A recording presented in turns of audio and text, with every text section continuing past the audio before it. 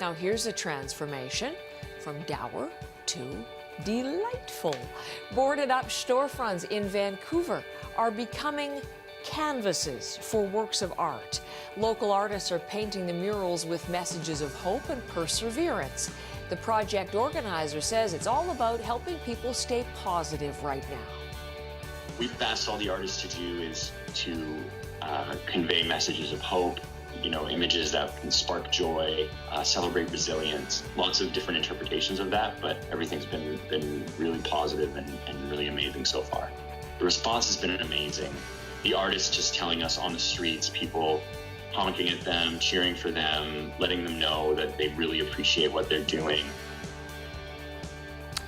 They are painting more than 40 murals in the weeks ahead, and you could actually watch the artists bring them to life while you're at home because they're on social media. You follow the hashtag #MakeArtWhileApart. Hashtag #MakeArt, there it is right there, #MakeArtWhileApart.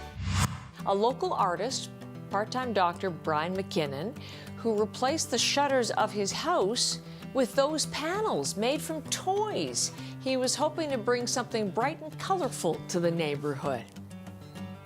I wanted to get as close to a visual burst of joy as I could.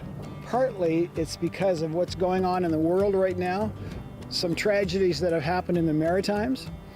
I happen to live on the floodplain in Fredericton, and I'm celebrating the fact that there's no flood this year. And it's the dullest visual time of year. A virtual burst of joy. Love that description. It took him a couple of years to collect all these toys locally. He thinks there are about 6,000 in there. And he hopes people who walk by can spot some memories in his window coverings and have a bit of fun in the process. Have to show you this from another of our viewers. Spring weather has arrived, or at least it made a very brief appearance. And that means for some, baby animals. Thank you, Nicole Robinson, for sending us her hobby farm in Tracy, New Brunswick. 4 new lambs, 8 chicks, keeping her busy in the midst of the pandemic. A nice distraction. Is that not the cutest? Thank you, Nicole, for sending that in to us.